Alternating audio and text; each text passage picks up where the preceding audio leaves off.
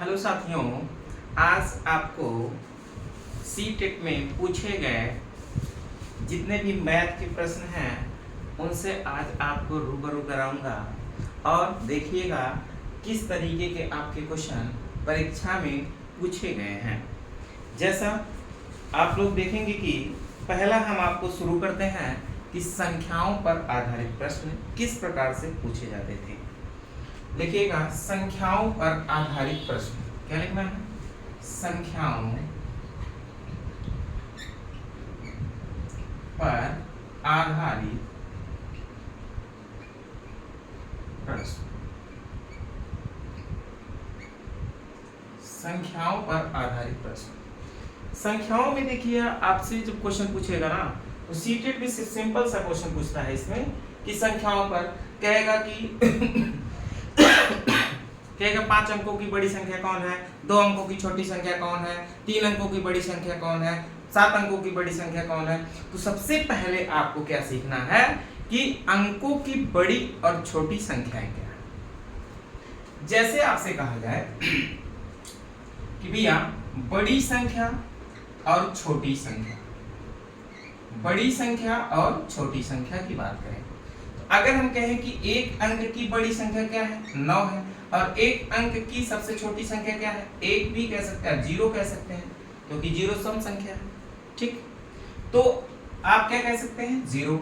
अर्थात अगर हम आपसे कहें कि 2 अंक की सबसे बड़ी संख्या कौन है तो आप कहेंगे 99, लेकिन 2 अंक की छोटी संख्या क्या है तो 10 है, कह सकते हैं। अर्थात 3 अंक की सबसे बड़ी संख्या क्या होगी, 999, लेकिन 3 अंक की छोटी संख्या क्या होगी, 100। ये होगा 3 अंक की सबसे छोटी संख्या क्या होगी, 100। अगर हम कहें कि 4 अंक की सबसे बड़ी संख्या तो 4 ठो 9 लिखेंगे, 4 अंक की सबसे छोटी संख्या तो 1 लिखना है, जितना बोलेगा अंक उत्तर उससे एक कम 0 लगाएंगे। ठीक है, जैसे 4 अंक बोला है 3 0 लगाएंगे, 3 अंक बोला है 2 0 लगाएंगे, 2 अंक बोलेगा तो 1 0 लगाएंगे, अगर 1 अंक बोलेगा तो कोई 0 नहीं लगाएंगे।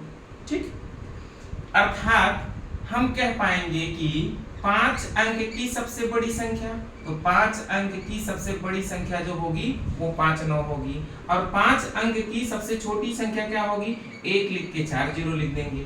अगर हम कहें कि 6 अंक की सबसे बड़ी संख्या तो कितना, 6 9 होगा, और छोटी संख्या क्या होगा, 1 लिख के 5 0 लिख देंगे। ऐसा क्वेश्चन आप बना सकते हैं। जैसे आपके प्रश्न में पूछा गया क्वेश्चन है उन पे हम लोग चर्चा करते हैं। जैसे कहता है कि 5 अंकों की सबसे बड़ी संख्या, लिखिएगा क्वेश्चन, 5 अंकों की सबसे बड़ी संख्या, 5 अंकों की सबसे बड़ी संख्या वह 3 अंकों की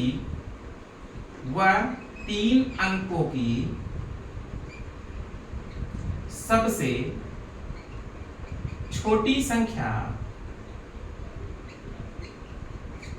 का योगफल ज्ञात कीजिए।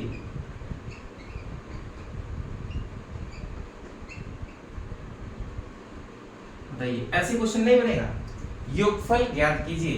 तो ऐसे क्वेश्चन बनाने के लिए क्या कुछ भी सोचना नहीं है, 5 अंकों की बड़ी संख्या बोला है, क्या बोला है, 5 अंकों की बड़ी संख्या, तो 5 अंकों की बड़ी संख्या क्या होगी, 5 9 लिख देंगे, तो 5 9 लिख दो, 1 2 3 4 5, 5 9 लिख दिए। अब क्या कह रहा है भैया, अब आपका कह रहा है कि 3 अंकों की छोटी संख्या, तो 3 अंकों की छोटी संख्या सबसे कौन होती है भैया, 100 होती है, तो 3 अंक की छोटी संख्या 100 लिख दिए। तो कह रहा है कि योगफल, योगफल माने क्या करना है, आपको प्लस कर देना है, तो इसका प्लस करेंगे कितना होगा, 9 9 0 0, फिर कितना हो जाएगा 10, यही होगा। देखिए 9 9 9 1 10 के 0, 9 1 10 के 0, 9 1 10, अर्थात यही इनका क्या होगा, योगफल होगा। बात समझ में आ गया कि अब बड़ी और छोटी संख्याओं का योगफल पूछे या अंतर पूछे तो आपका क्वेश्चन बन जाएगा। जैसे इस पर एक और क्वेश्चन लिखेंगे, पूछा है क्या कि 5 अंकों की सबसे छोटी संख्या, 5 अंकों की, जहां पे बड़ी लिखे हैं इस बार छोटी लिखें, 5 अंकों की छोटी संख्या व 3 अंकों की बड़ी संख्या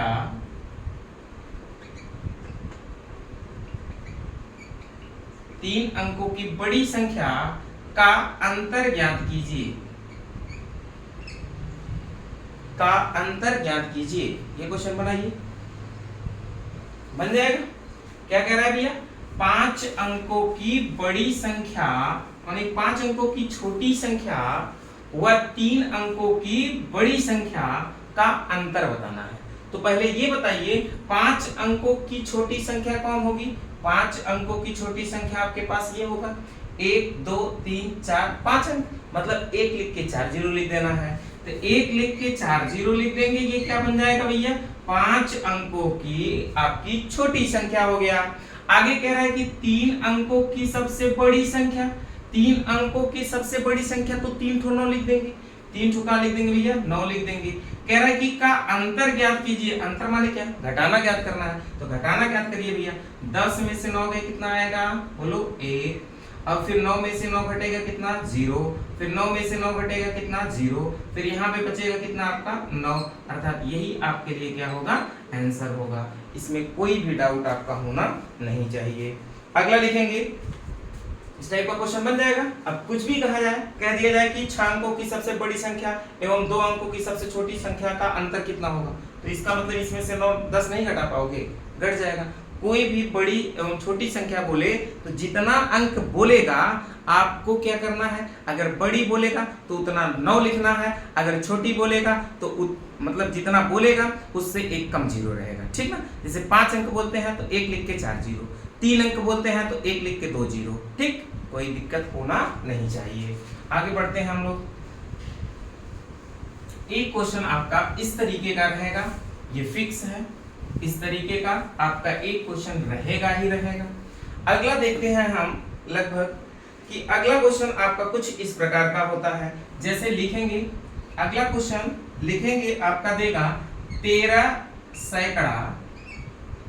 सैकड़ा प्लस 13 इकाई प्लस आगे लिखेंगे 13 दहाई माइनस 1000 बराबर है। ये क्वेश्चन बना पाएंगे कि नहीं बना पाएंगे, एकदम सिंपल सा है। आपको सिर्फ ऐसे क्वेश्चन को बनाने के लिए विशेष नहीं कुछ सोचना है, सिंपल समझ रहा है। देखिए आपको समझ आना चाहिए ये चीज पहले, इकाई, दहाई, सैकड़ा, हजारा, 10,000 और उसके बाद आगे डाट डाट डाट। अब देखो इकाई का स्थान कितना होता है, 1 होता है, दहाई का स्थान 10 पे होगा, सैकड़ा का स्थान 100 पे होगा, हजारा का स्थान 1000 पे होगा और 10,000 का स्थान 10,000 पे होगा नहीं, इसके आगे भी प्रोसेस होगा। तो उसने क्या बोला है कि 13 सैकड़ा का मतलब ये है कि 13 तो रहेगा, उसके साथ सैकड़ा का मतलब 100 होना चाहिए। तो भैया यहाँ पे हम लोग क्या लिखेंगे, बोलो 13 सैकड़ा के स्थान पे कितना लिखेंगे, बोलो कितना लिखेंगे, 13 लिख देंगे, सैकड़ा का मतलब क्या भैया 100, अर्थात ये बनेगा कितना 1300, बनेगा कि नहीं बनेगा। अब आगे कह रहा है कि 13 इकाई, 13 लिखेंगे भैया और इकाई का मतलब क्या है, इकाई का मतलब 1 है, तो 1 से मल्टीप्लाई कर देंगे अर्थात कितना बनेगा 13 बनेगा। अब कह रहा है कि 13 दहाई का मतलब क्या भैया 13 रहेगा, दहाई का मतलब कितना है 10, तो 10 से मल्टीप्लाई कर देंगे कितना हो जाएगा 130 बनेगा। कह रहा है कि देखिए सब पे क्या लगा है प्लस, तो इसका मतलब इसका क्या करना है योगफल करना है, तो सबको जोड़ दो भैया, सबको प्लस करेंगे तो कितना आएगा 13 के 3 आएगा, फिर 3 1 कितना हो जाएगा 4 आ जाएगा, फिर 3 1 कितना आ जाएगा 4 आ जाएगा, फिर 1 आपका आ जाएगा, अर्थात कितना आ जाएगा योगफल सबका 1443। अब कह रहा है कि 1443 1000 बराबर होगा, मतलब इसमें से क्या करना है आपको कि माइनस 1000 करना है। कितना करना है, इसमें से माइनस आपको 1000 करना है, तो माइनस 1000 भैया 1443 में से अगर 1000 माइनस करेंगे तो कितना आ जाएगा, घटा दीजिए, 1000 कैंसिल, अर्थात 400 कितना आ जाएगा 43, यही आपके लिए क्या होगा आंसर होगा।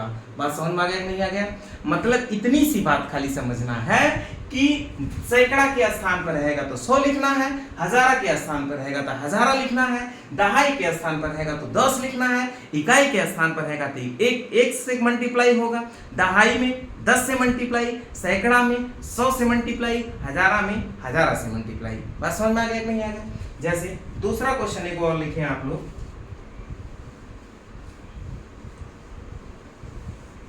लिखने के बाद दूसरा क्वेश्चन देखेंगे, लिखिएगा। दूसरा क्वेश्चन, अगर हम कह दें कि 50 सैकड़ा प्लस 500 दहाई 150 150 दहाई और प्लस हम कह दें 50 इकाई, माइनस लिखेंगे माइनस 20 दहाई के बराबर होगा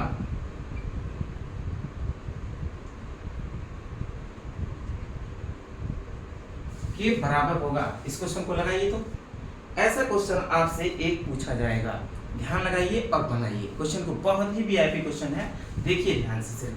अब देखो सैकड़ा का मतलब कितना होगा भैया? सैकड़ा का मतलब 100, तो इसका मतलब 50 और गुणे कितना हो जाएगा 100, अर्थात कितना हो जाएगा ये 5000, होगा कि नहीं होगा? प्लस आगे 150 और क्या है दहाई, दहाई का मतलब किससे गुणा करना है? 10 से गुणा करना है। अगर 150 में आप किससे गुणा कर देंगे बोलो? 10 से गुणा कर देंगे, कितना आ जाएगा जी? 1500 आ जाएगा कि नहीं? अब इसके बाद कह रहा है कि प्लस 50 इकाई, इकाई का मतलब किससे गुणा करना है? 1 से, तो इसमें 1 से गुणा कर देंगे, प्लस कितना हो जाएगा? 50 से करना 50, फिर क्या दिया है? माइनस, माइनस क्या दिया है? 20 दहाई, तो 20 लिखेंगे, दहाई का मतलब किससे गुणा करेंगे भैया? दहाई का मतलब किससे गुणा करेंगे? 10 से, 20 का गुणा 10 में कर देंगे, अर्थात कितना हो जाएगा जी? 200। हो जाएगा कि नहीं हो जाएगा? कोई डाउट नहीं होना चाहिए। देखिए 50 सैकड़ा, तो 50 सैकड़ा से गुणा कर दिए, प्लस है तो प्लस, 150 दहाई, तो 150 दहाई में किससे गुणा करेंगे? 10 से गुणा कर दिए, फिर प्लस है तो प्लस लिखो, 50 और इकाई, इकाई का मतलब कितना? 1 से गुणा कर दिए, फिर माइनस, फिर 20 दहाई का मतलब किससे गुणा करेंगे? 10 से गुणा करेंगे। अब देखिए इसका गुणा करेंगे तो कितना होगा? 5000, इसका गुणा करेंगे कितना होगा? 1500, इसका गुणा करेंगे कितना होगा? 50, इसका गुणा करेंगे कितना होगा? 200। अब आप सॉल्व कर लीजिए। अब देखिए सबको जोड़िए, 50 इसमें जोड़ देंगे कितना हो जाएगा? 50, और फिर 15 इसमें जोड़ देंगे कितना हो जाएगा? 5, और ये हो जाएगा आपका 5। देखिए एक अंक एक अंक एक अंक 0 हो गया, फिर एक अंक क्या हो गया? 5 हो गया, फिर अब इसका एक अंक इसके 0 के साथ करेंगे 5 होगा, फिर एक अंक इसके साथ करेंगे कितना होगा? 5 1 6 होगा, अर्थात माइनस कितना करेंगे? 200। करेंगे कि नहीं करेंगे? अब 200 इसमें से माइनस कर देंगे तो कितना हो जाएगा? 6 3 50, कितना हो जाएगा? 6 3 50। यही आपके लिए सर आंसर होगा। बात समझ में आ गई नहीं? 63 50 इसका आंसर होगा। एकदम बात समझ में आ गया? कोई डाउट होना नहीं चाहिए। आगे बढ़े। इस टाइप का क्वेश्चन अब अगर बनेगा तो आप लोग बना ही लेंगे। मिलिए तो उड़ेगा, उड़ेगा कि नहीं उड़ेगा? बोलिए, उड़बे करेगा। आगे बढ़िए, दूसरा क्वेश्चन लिखिए। जैसे कहता है कि 6 प्लस 0.6 प्लस 0.006, ठीक, और प्लस लिखिएगा में क्या जोड़ा जाए, में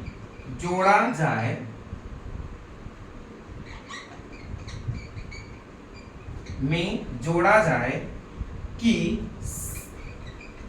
7 प्राप्त हो।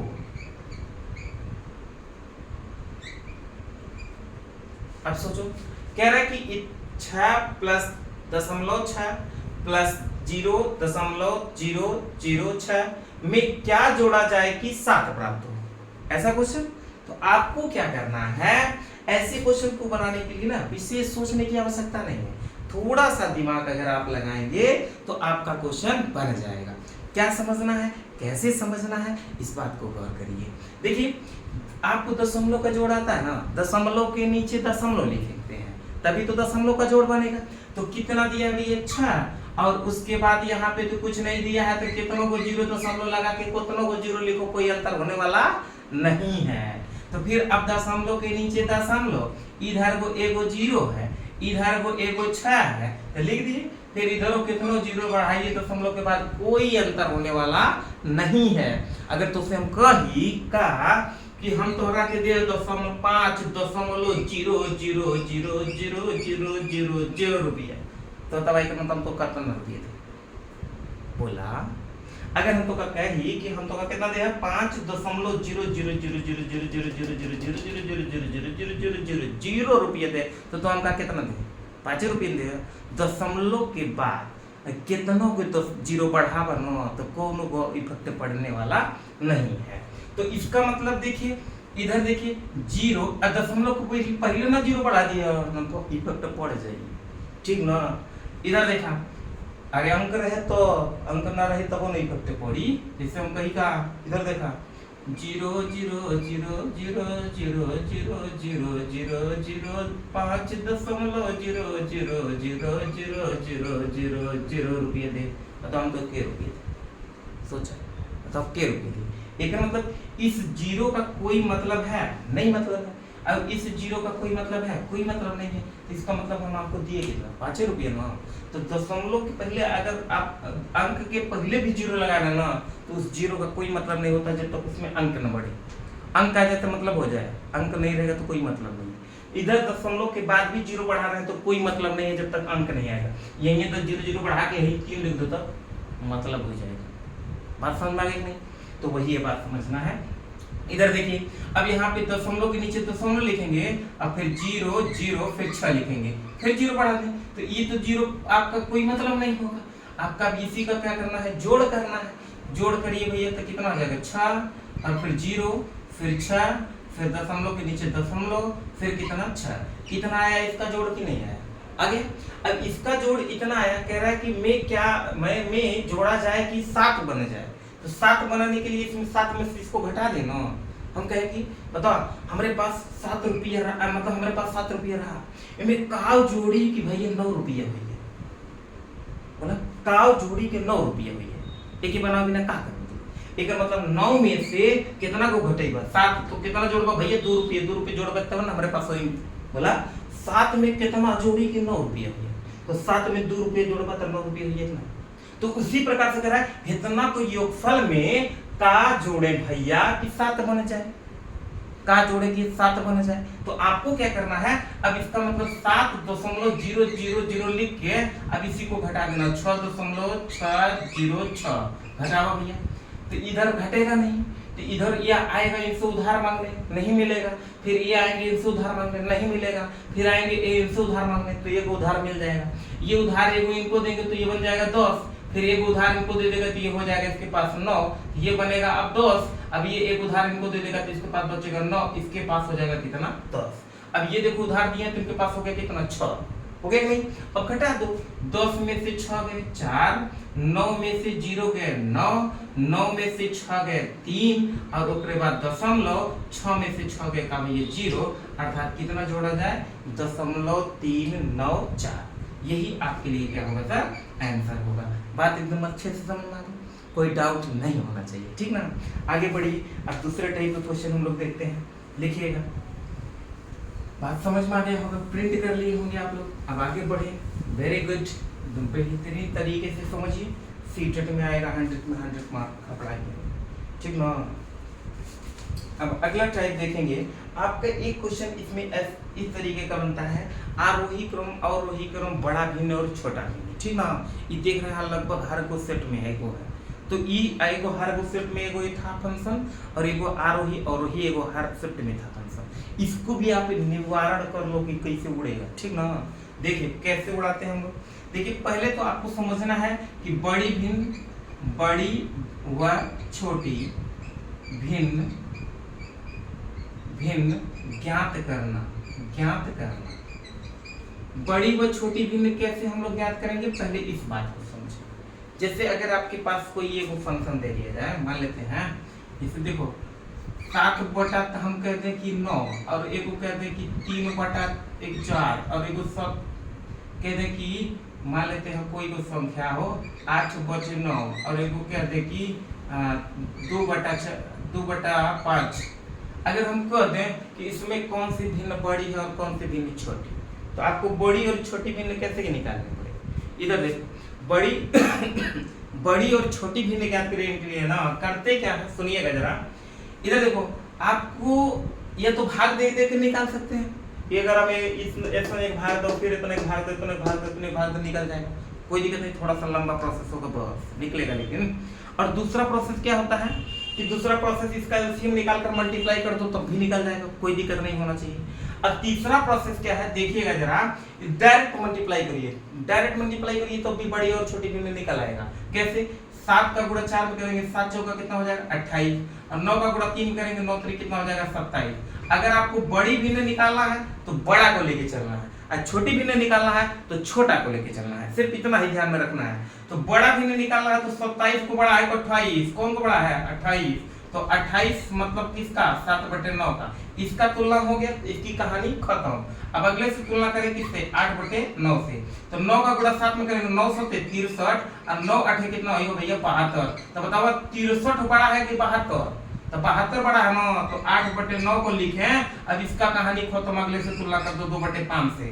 अब 5 और 6 40 और 9 दूनी 18, तो बताओ 40 बड़ा है कि 18, कौन बड़ा है 40 बड़ा है कि 18, तो आपका 40 बड़ा है, तो इसका मतलब सबसे बड़ी भिन्न आपकी क्या होगी 8/9 होगी। बात समझ में आ गई नहीं है। इसी प्रकार से अगर आपको छोटी भिन्न निकालना है ना, क्या निकालना है छोटी भिन्न, तो छोटी भिन्न कैसे निकालेंगे जरा समझिए। अब बताइए 28 छोटा है कि 27, 27 ना छोटा है, 27 का मतलब 3 बटे कितना हो गया 4। इसका तुलना आप किससे करना है 8/9 से करना है। अब 3 को ऐसे गुणा करो, इधर देखो, इधर का दूसरे का और पहले का अंश ध्यान देना है। 9 3 कितना हो जाएगा 27, और 8 चौक कितना हो जाएगा 32। तो बताइए 32 छोटा है कि 27, 27 छोटा है तो 3 बटे कितना 4। इसका भी तुलना हो गया। अगले का तुलना करो, अगले का तुलना करेंगे 2 बटे कितना 5, अब 5 तिहाई 15, और 4 दूनी कितना 8। तो बताइए 15 छोटा है कि 8 छोटा है, तो 8 छोटा है, तो इसका मतलब सबसे छोटा भिन्न कौन होगा 2/5। बात छोटा बड़ा निकालने आगे कि नहीं, बोलिए। सिर्फ तुलना करना है, अच्छे से गौर करिए, इसको प्रिंट करिए, एक आगो लगाएं और तब बाकी समझ में बातें अच्छे से आएंगी। ठीक, लिखिएगा, हो गया। जैसे आपका वहां पे पूछा जाएगा ना, या तो आरोही पूछा जाएगा या अवरोही पूछा जाएगा, या तो आपको 4 को ऑप्शन दे देगा। जानते हो कैसे लिख देगा, निम्न भिन्न में कौन सी भिन्न बड़ी भिन्न है, ऐसे दे देगा। 4 को ऑप्शन दे देगा। जिसे लिखिए पहला को ऑप्शन, आपका पहला को ऑप्शन 3/5, दूसरा को ऑप्शन आपका है 11/13, तीसरा को ऑप्शन आपका है 7/11, और चौथा को ऑप्शन आपका है 3/8। तो बताइए सबसे बड़ी भिन्न कौन सी है, उड़ाइए, बताइए।